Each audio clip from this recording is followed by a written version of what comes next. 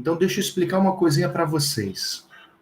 Vocês sabiam que direito do consumidor representa mais de 60% de todos os processos judiciais em trâmite em todos os tribunais brasileiros, incluindo nos tribunais superiores? Sabiam disso? Direito do consumidor é a matéria que, felizmente ou infelizmente, né? Felizmente ou infelizmente, é a matéria que mais preenche a quantidade de processos judiciais nos tribunais brasileiros. Seja desde o juizado especial, num rincão mais distante, no município mais remoto do Brasil, aos tribunais superiores em Brasília, a matéria de direito do consumidor é a que mais preenche, sabe? A que mais domina as discussões e os conflitos. Nós temos mais ações de relações de consumo hoje em dia, praticamente, do que todos os outros temas de direito civil, de direito penal, direito administrativo, somados. Todos os outros temas. Direito do consumidor, acho que só não tem mais processo do que direito trabalhista, mas aí é outra jurisdição.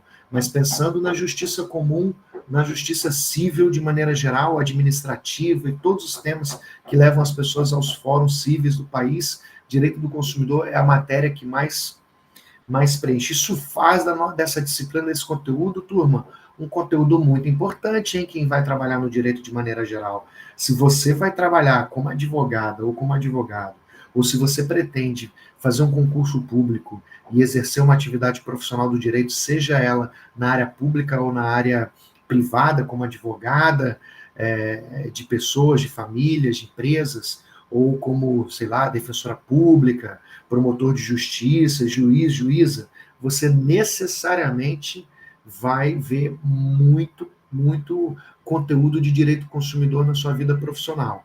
Além disso, algumas pesquisas recentes identificaram que, para os recém-formados, a disciplina a matéria de direito do consumidor é a mais rentável para recém-formados. Por que não é para advogados e advogadas de longa carreira, de longa experiência?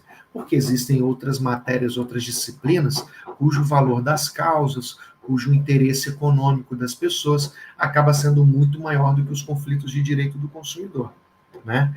Mas os jovens e jovens advogadas e recém-formados no direito que vão para a advocacia encontram na matéria de direito do consumidor a estabilidade profissional que tanto esperavam. Então, nós estamos numa matéria que vocês ainda não conheceram, mas ela é extremamente importante. A nossa live de hoje vai introduzir vocês nessa disciplina que daqui a um tempo vocês vão ter o curso completo no IESB, né? Vão ter o semestre inteiro em direitos do consumidor. E aí, nessa nossa aula de hoje, nós vamos entender o que é o direito do consumidor, né? O que são as relações de consumo. E aí, eu vou trazer para vocês aqui uma citação de uma grande socióloga. Né? O que é direito do consumidor? O que são relações de consumo?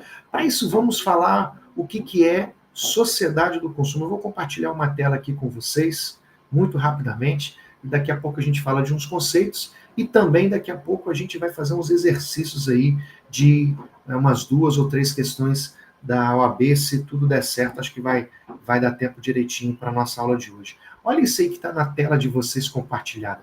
É uma citação de uma grande socióloga brasileira, né? Uma grande professora da Universidade Federal Fluminense, no estado do Rio de Janeiro, né? Universidade que tem sede lá na cidade de Niterói, e que é uma grande estudiosa aí da sociologia do consumo.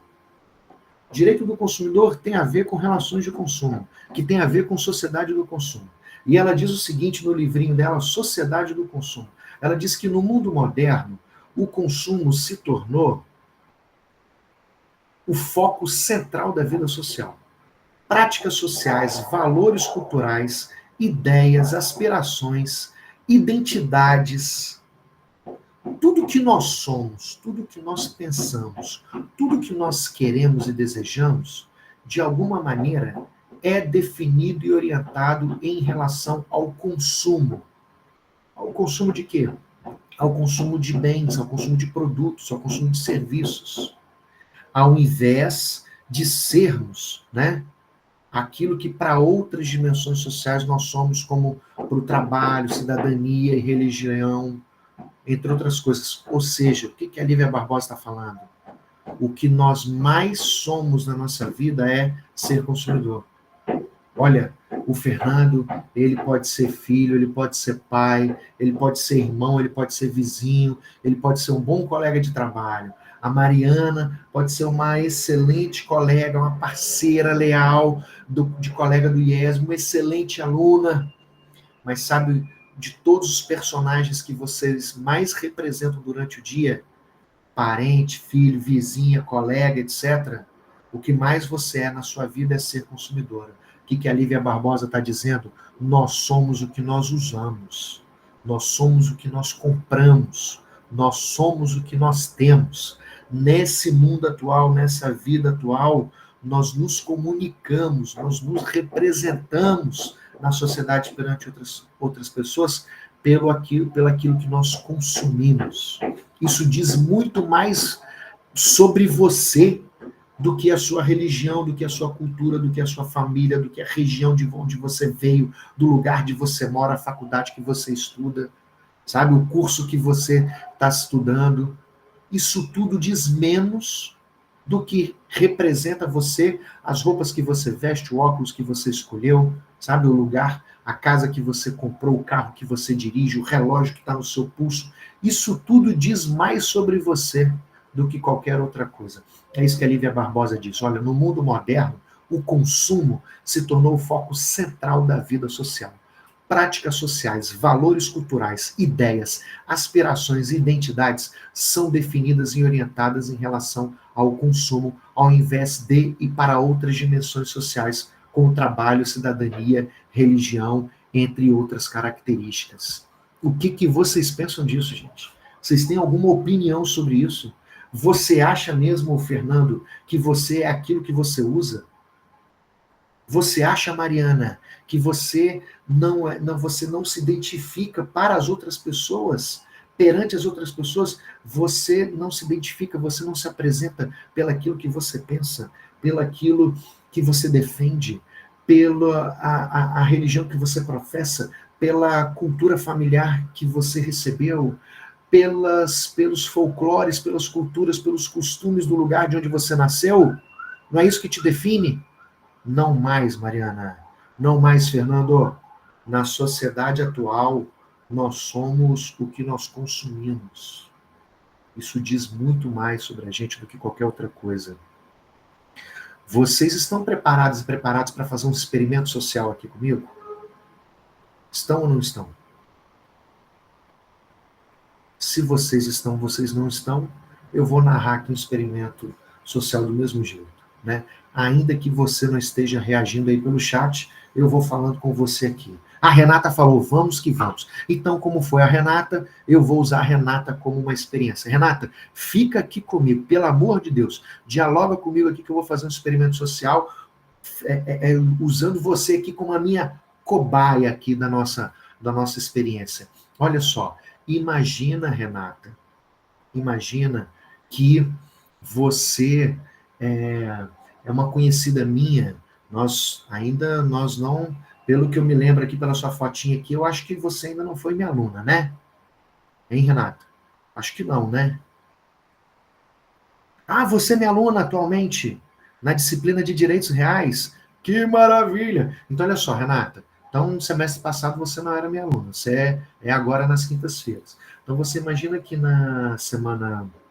no semestre passado, faz de conta que você era minha aluna. E aí, você... eu vou fazer diferente, vou fazer melhor ainda, vou pegar uma coisa mais real. Quinta-feira passada nós tivemos aula. Aí faz de conta que você me mandou uma mensagem e falou assim, professor, poxa, me dá uma ajuda aqui, você parece ser tão gente boa, eu estou precisando de um dinheiro emprestado agora. E não era golpe não estava caindo em golpe nenhum não, tá? Faz conta que era uma situação real. E aí você foi me pedir um dinheiro emprestado na quinta-feira passada, né? Na nossa aula passada, que nós tivemos sobre direitos reais, que a gente estava estudando sobre ações possessórias, não era, Renato? A gente estava falando sobre as ações possessórias. Aí você falou, então, professor, eu estou com um probleminha aqui, eu estou com um aluguel atrasado, acredita? Tema da aula de ações possessórias que você deu na quinta-feira. E eu estou com um aluguel atrasado, eu estou precisando de R$ 500 emprestado. E aí você foi e me pediu R$ 500 emprestado. Né? Eu te mandei um Pix na hora. Pô, Renata, claro, pelo amor de Deus, vou te ajudar. Te mandei um Pix de R$ 500. E aí você falou, olha, pode deixar, professor, que no domingo eu te devolvo. Eu te mando um Pix de volta. E aí eu, fechado, fica tranquila, Renata. Mas aí, ó, passou sexta, passou sábado, passou domingo, pagou segunda, e faz de conta que no nosso exemplo, você não me devolveu os R$ 500. Aí eu chego aqui na aula, na frente de todo mundo, nessa aula ao vivo, que está sendo gravada, chego para você e falo assim, ô Renata, e aqueles R$ 500? Você não me devolveu, hein? E eu falo aqui tranquilo na frente de Fernando, de Cileide, de Mariana, de Caio, de Bruna, né? Das outras colegas e colegas que estão aqui. Como é que você ficaria, Renata, nessa situação? Se eu te cobrasse aqui os R$ 500 na frente de todo mundo aqui na aula online, gravado ainda por cima, você ficaria envergonhada.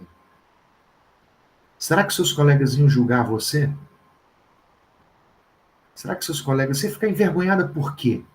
Porque com certeza você ficaria envergonhada e com certeza os seus colegas iriam julgar você, Renata? Hein? Se eu acabei de falar que você é minha aluna, né? Você é uma aluna dedicada, você está aqui junto com todo mundo, não é todo mundo que para uma horinha para assistir uma live de direitos do consumidor. Por quê, hein, Renata? De onde vem essa vergonha? De onde vem esse constrangimento? Vivemos uma sociedade na qual, fazendo certo ou errado, somos julgados. Mas por que ficar tão envergonhada de atrasar uma conta? Qual o problema? Você não xingou ninguém. Você não ameaçou ninguém. Você não ofendeu ninguém. A única coisa que aconteceu foi que você não pagou os R$ 500 no combinado que a gente fez. Por que isso é motivo de vergonha? Por que isso é motivo de constrangimento? Já parou para pensar nisso? Vou fazer uma pergunta diferente para você, Renata.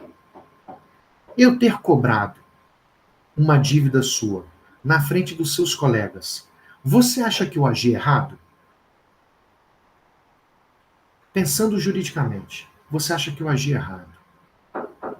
Você acha que eu cometi um ato ilegal até? Ter cobrado você na frente de todo mundo? Para pensar.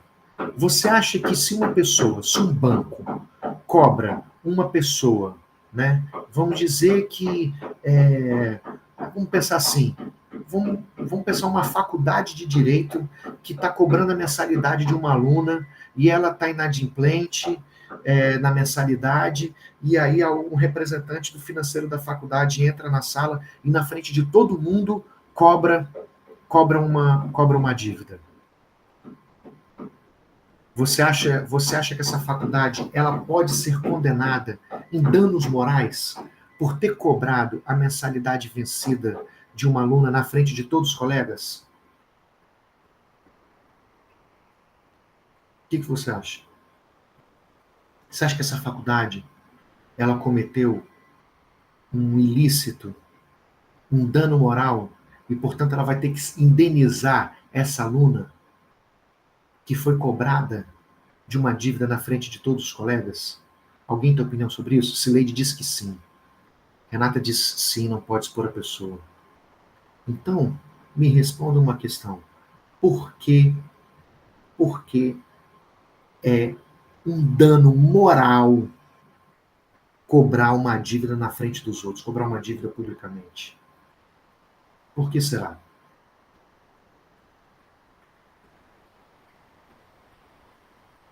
Sabe por quê, gente? Falta de conhecimento? Não pode expor a pessoa? Você sabe que o Código de Defesa do Consumidor não fala nada sobre cobrar na frente dos outros? Olha o que o Código de Defesa do Consumidor fala sobre cobranças abusivas. Olha só. Vamos falar sobre isso. Deixa eu abrir aqui a tela e vamos compartilhar aqui com vocês o artigo 42, a regra que fala sobre cobranças abusivas, cobranças ilegais. É o artigo 42. Na sua tela, nós vamos descer até o artigo 42 do CDC.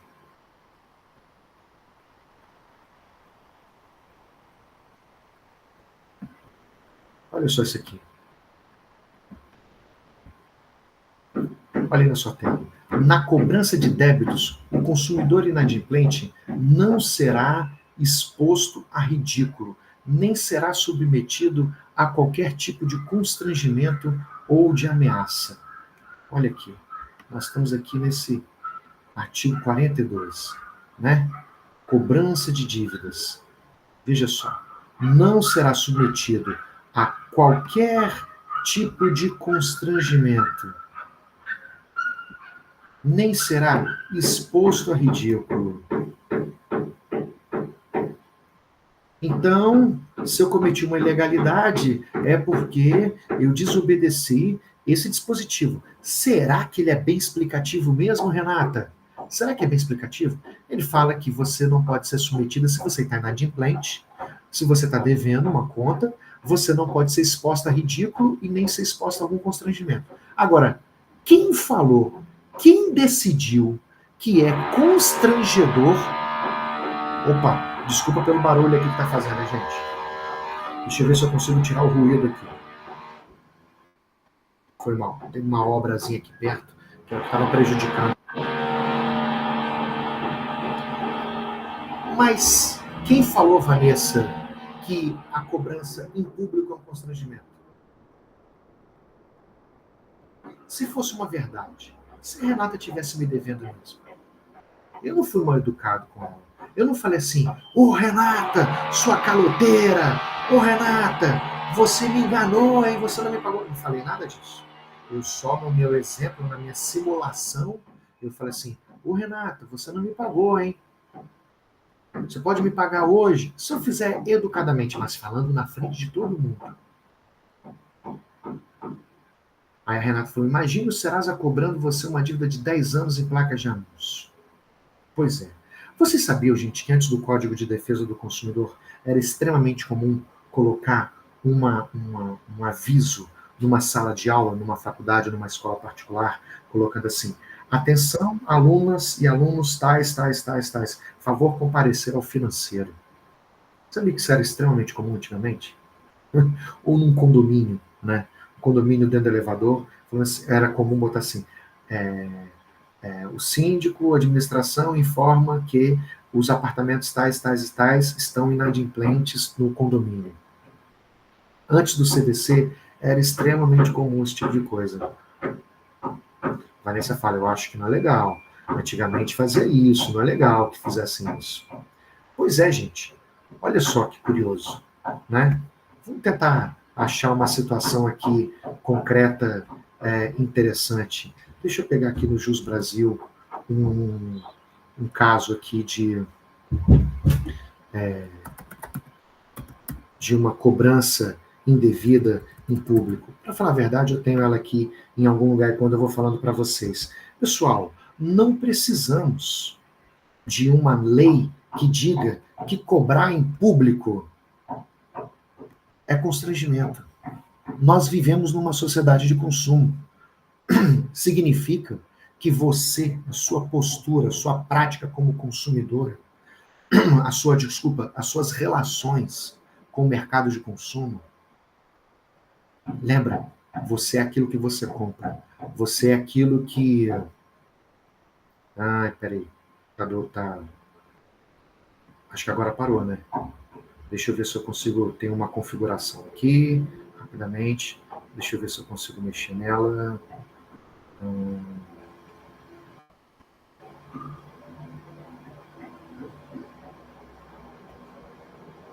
Não estou conseguindo. Sabe aquela configuração que a gente diminui o ruído? Não estou conseguindo mexer naquilo. Eu peço desculpas para vocês, tá bom, gente? Porque o login que a gente acessa para as lives não dá a gente o acesso para a redução de ruídos. Eu vou botar aqui o microfone mais perto da minha boca, na expectativa de que diminua um pouco o ruído. E se na hora que tiver... Ah, maravilha, obrigado, obrigado. Não sei se é o Alberto que está aí comigo, ou se é Moisés, ou se é quem está na nossa assessoria aqui.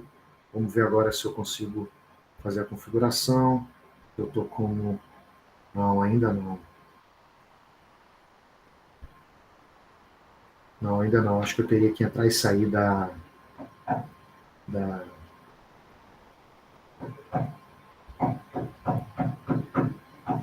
Deixa eu, pessoal, me deem 2 segundos, eu vou entrar e sair aqui do... Não sei onde é que eu mexo para poder configurar isso. Mesmo como organizador, ao tentar entrar aqui na configuração, eu não consegui acessar a ferramenta de redução. Não aparece para mim, não. Infelizmente. Renata, o que você está ouvindo? É martelada? Agora nada, né? Eu vou continuar então, tá bom? E na hora que tiver um ruído de novo, eu passo um mudo aqui no microfone. Nesse momento não está ouvindo nada, né? Porque eu dei uma diminuída mesmo. Bom, então vamos lá, gente. Vai voltar aqui as marteladas. Mas vamos lá. O que eu estava falando mesmo? Ah, tá. Eu estava falando que como a gente vive numa sociedade de consumo, o que a gente é no mercado representa uma reputação mais relevante para o grupo, para os grupos, as comunidades que a gente vive, do que qualquer outras coisas. Então, Renata, avalie essa situação.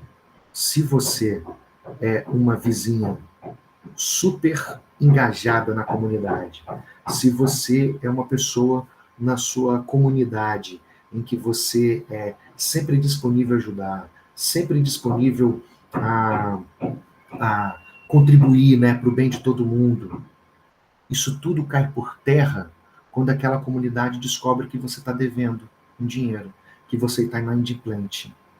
Por mais que seja a coisa mais normal do mundo, na medida em que, neste exato momento, 60 milhões de pessoas do universo de 220 milhões de brasileiros estão endividadas. Então, a coisa mais comum do mundo é não pagar uma dívida no dia. Pelo menos nesse país, é extremamente normal. Eu não estou dizendo que a gente não deva cumprir os nossos compromissos, cumprir os nossos contratos, né? Cumprir os nossos acordos. Não estou falando isso, não. Eu estou falando que é comum as pessoas não pagarem dívidas em dia. Mas ninguém pode ficar sabendo. Por quê?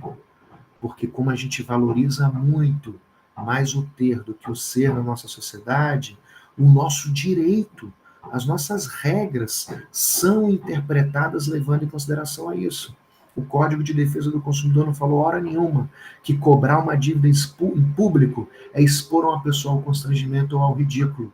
Mas não precisa dizer. A nossa jurisprudência brasileira leva isso muito, sabe?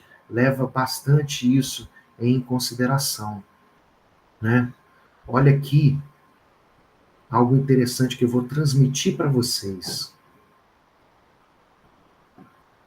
Eu vou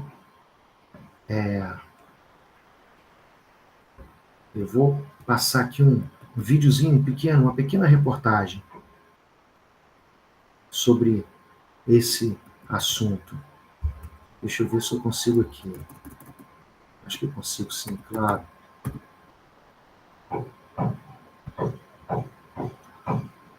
Pronto. Ó, já vai. Já está aqui na tela. Só falta compartilhar com vocês.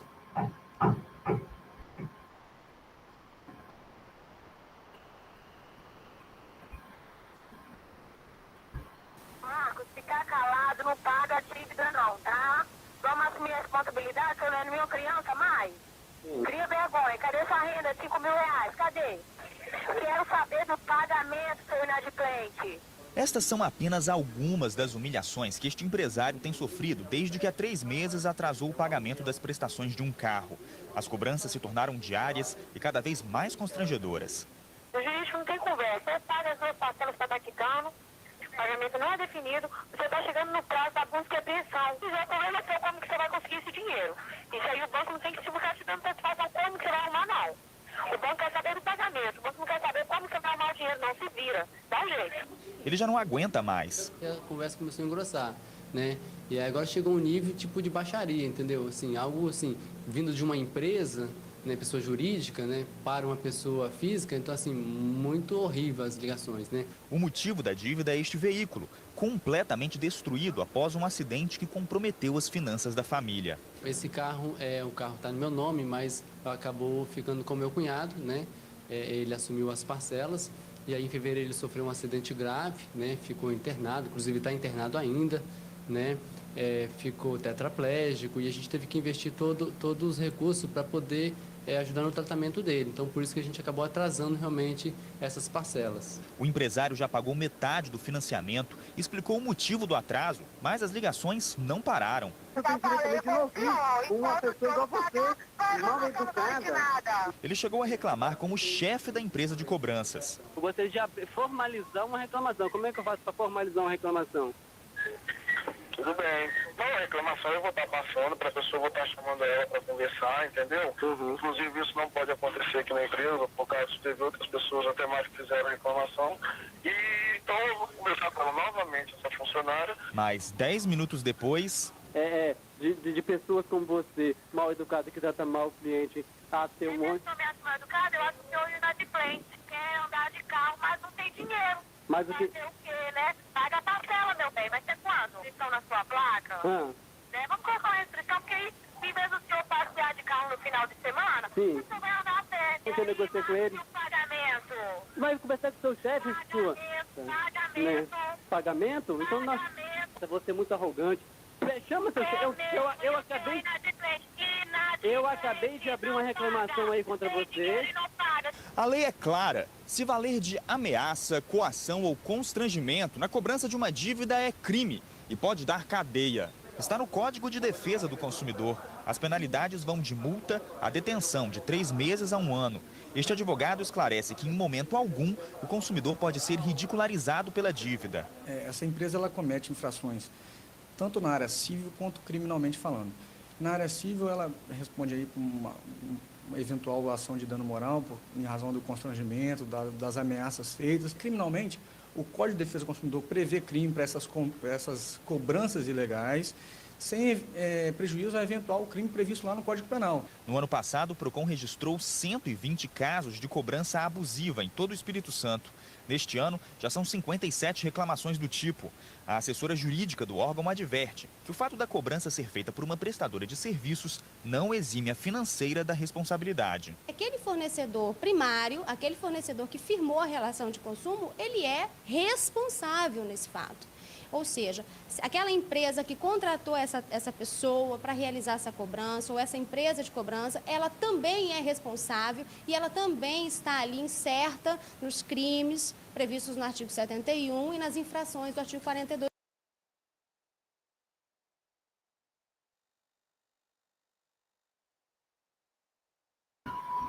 Ou seja, pessoal, olha que interessante. Uma cobrança que expõe alguém publicamente, apesar de não estar prevista no CDC expressamente assim, ela é considerada algo gravíssimo.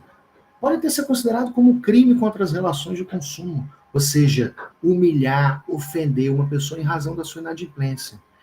Isso será que vocês acham que isso pode ser revertido como uma proteção, um incentivo à inadimplência? Será que poderíamos dizer que essa regra, ela estimula o calote? Ela protege pessoas que compram coisas, contratam serviços, pegam empréstimos e propositadamente deixam de pagar porque elas não podem ser cobradas? Claro que não, né, gente? Todo credor tem o direito de cobrar, óbvio. Todas as pessoas que contratualmente assumem compromissos de pagar numa determinada data sofrerão as consequências por não cumprir esse contrato, por não cumprir essa obrigação. Porém, as consequências não podem ter a sua dignidade, a sua imagem, né, a sua integridade moral ameaçada por conta disso. Quais são as consequências para quem está inadimplente? Para quem não cumpre uma obrigação? Pagar multa, pagar juros, ter seus dados registrados no sistema de proteção de crédito, né? Sofrer uma ação de cobrança, ter seu patrimônio atingido numa ação de cobrança, mas a sua imagem, a sua integridade moral não pode ser atingida. Ninguém paga a dívida com sua psique, seu equilíbrio emocional. Ninguém paga a dívida com alma, com reputação. Todo mundo paga a dívida com dinheiro. Então, quem é credor tem que adotar as medidas legais para recuperar esse prejuízo, inclusive com juros, atualização e outras indenizações e perdas que a pessoa devedora tem que pagar, mas jamais ser atingida na sua esfera moral. E olha, apesar disso não estar tão expresso, previsto no nosso Código de Defesa do Consumidor, né, que diz a única expressão que a gente tem aqui no dispositivo que a gente leu, né, é que nenhum consumidor inadimplente pode ser exposto a ridículo ou ser submetido a qualquer constrangimento, ameaça, a jurisprudência trabalha na mesma lógica que vocês mencionaram aqui. Olha aí, ó, responsabilidade civil, dano moral, cobrança vexatória, demonstrado pela prova dos autos que a demandada, né, utilizou-se do telefone de colega de trabalho do autor. A demandada deve ser uma empresa que está cobrando uma dívida, né? O autor é uma pessoa que estava inadimplente, né? Numa situação e estava sendo cobrada. Então, o que a demandada, a credora, a ré, ela utilizou o telefone de uma colega de trabalho do autor que estava devendo para cobrar uma dívida, impõe-se o reconhecimento da ilicitude da conduta da demandada e o dever de indenizar pelo dano moral. Né? O valor do dano moral deve ser estabelecido de maneira a compensar a lesão causada na personalidade, no direito de personalidade, considerando aí a razoabilidade e a proporcionalidade. Olha que interessante. Né? Reconheceu aqui o Tribunal de Justiça do Rio Grande do Sul, naquela situação que eu mostrei ali anterior, que cobrar uma dívida de uma pessoa falando com outra já é uma ilegalidade, já é um constrangimento e gera um dano moral. Olha uma outra situação.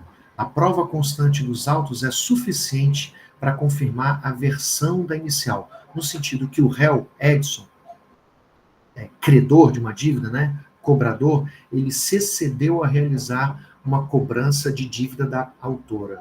Então, a autora estava devendo mesmo ao Edson, que é o réu, né? Esse Edson submeteu a autora a uma situação vexatória e humilhante em público, no seu local de trabalho. Ou seja, assim como no meu exemplo eu fiz aqui brincando, né, simulando com a Renata que eu cobrei uma dívida dela na frente dos colegas aqui de turma, essa pessoa, aqui desse caso que entrou com uma ação judicial, ela foi cobrada em público no seu local de trabalho.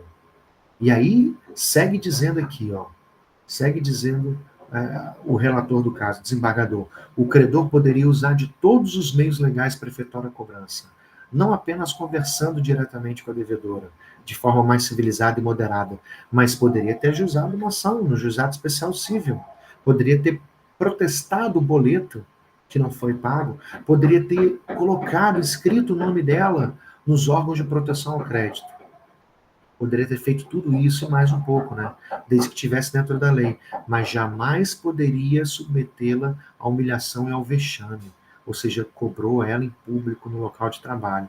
E não há dúvida de que essa cobrança excessiva, que expõe o devedor a constrangimento e humilhação, gera um dano moral passível de indenização, pois nítida é a violação da honra subjetiva.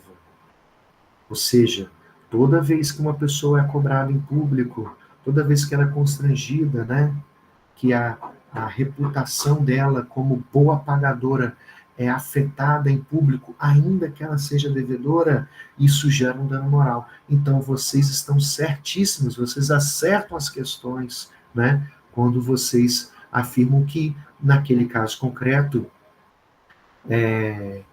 naquele caso concreto, eu cometi uma ilegalidade, né? Eu cometi uma ilegalidade ao fazer uma cobrança em público aqui da colega, ainda que o Código de Defesa do Consumidor não diga isso, né? O que a gente vê com essa lição agora desse nosso primeiro encontro aqui, dessa nossa live? Que o Código de Defesa do Consumidor, que é a lei mais aplicada pelos tribunais brasileiros, porque, como eu disse no começo, mais da metade de todas as ações judiciais que tramitam na Justiça Comum tratam sobre relações de consumo. E segundo, é uma das ações, é um dos temas mais procurados pelas pessoas recém-formadas para advogar. Sabe por quê? Porque todo mundo tem um problema como consumidor. Todo mundo tem um problema como consumidor ou consumidora, né? E em terceiro lugar, aliás, o que a gente vê com isso, com essa aula de hoje? Que o nosso Código de Defesa do Consumidor, nesse exemplo concreto de hoje, ele carece de muita interpretação. Ele é uma norma de 1990, que não foi atualizada em sua totalidade. Teve algumas atualizações apenas de alguns dispositivos e alguns artigos, mas sua totalidade não teve, não foi atualizada. O que significa que a gente tem que interpretar um monte de regras que são muito principiológicas, que são muito abstratas, aplicando elas no cotidiano, no caso concreto. E a gente precisa conhecer muito a jurisprudência, né? Nesse nosso encontro de hoje, a gente percebeu que muito do nosso senso comum, ele segue o que a jurisprudência aplica, né? Vocês acertaram aqui a questão que eu apresentei para vocês do exemplo, basicamente seguindo talvez um senso comum. E por quê? Por conta daquilo que nós mencionamos, né? Nós mencionamos na aula, no começo, né? Nós vivemos numa sociedade de consumo. E por vivermos numa sociedade de consumo, né? Nós valorizamos demais nossa reputação como consumidores, como compradores, como pagadores, acima de qualquer coisa. O mercado também valoriza isso. E nós, como comunidade, estamos sempre julgando uns aos outros nesse sentido, né? Os juízes também, a ponto de garantir que quem é exposto como uma consumidora ruim, porque não pagou em dia, né? Tanto que a gente chama assim, né? Tá com o nome negativado, tá com o nome sujo, a gente menciona. Olha a carga negativa, né? De quem não é boa consumidora, uma pessoa que não é boa consumidora. Quem foi exposto nesse sentido terá o direito a uma reparação pelos danos morais causados. Olha, gente, a gente tem muito mais lives pela frente. Nas próximas a gente vai resolver já umas questões mais concretas mesmo, como esses temas aparecem na OAB. Como eu vi que muita gente hoje não teve contato ainda com a disciplina, então fizemos uma discussão mais prática, mais introdutória, sobre um tema bem introdutório dos direitos dos consumidores, que é a relação de consumo com a sociedade de consumo. Nas próximas lives, voltem para a gente falar de outros casos concretos. Vamos falar de temas de planos de saúde, vamos falar de temas relacionados à energia elétrica, vamos falar de reparação de danos, de defeitos de produtos associados a questões concretas da jurisprudência e com temas da forma que são cobrados na OAB, tá bom? Um beijo grande, gente, um abraço para vocês. Tem aqui um recado do IESB para todo mundo, tá bom? Preenchem o formulário que está no chat para vocês destacarem aí essas horas do que vocês fizeram, tá bom? E segue no Instagram, que lá vai ter mais live lá nos próximos dias com vários outros professores, colegas meus. Um grande abraço para vocês, gente. Fiquem bem. Bom resto de semana, boa semana para todo mundo.